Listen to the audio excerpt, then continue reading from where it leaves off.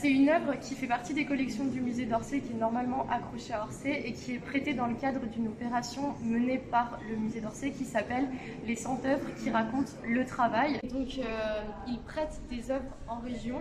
Plus d'une cinquantaine d'œuvres sont prêtées et le musée Bonaelleux bénéficie d'un prêt exceptionnel.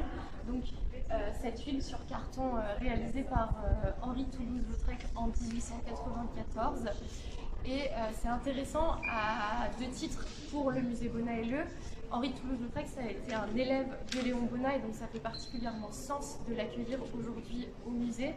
Et par ailleurs, c'est une œuvre qui présente un corps laborieux, un corps nu au travail et qui donc résonne avec les autres œuvres de la Galerie des Corps, avec par exemple cette Vénus à l'épée de dos que vous avez mise en regard. Toulouse-Lautrec en fait ne cherche pas à idéaliser la situation de ces femmes en situation de prostitution.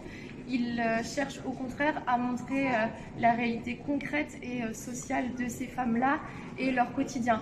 Donc il ne présente pas la situation de manière dépréciative, il n'y a pas de misérabilisme, mais il n'y a pas non plus d'exaltation de ces femmes-là. On est vraiment dans une approche réaliste, quasi naturaliste, au sens où on en parle au XIXe siècle, par exemple avec des romans de Zola ou bien de Maupassant. Pourquoi avoir choisi la thématique des corps dans ce musée? Alors c'est une thématique qui est particulièrement actuelle, qui résonne avec des questions contemporaines à l'heure par exemple où les individus se mettent en scène sur les réseaux sociaux et c'est une thématique qui traverse l'histoire de la création et justement être en capacité de faire le parallèle entre l'art ancien et un sujet contemporain, ça nous semblait particulièrement important. C'était vraiment pour nouer le dialogue avec les visiteurs et visiteuses.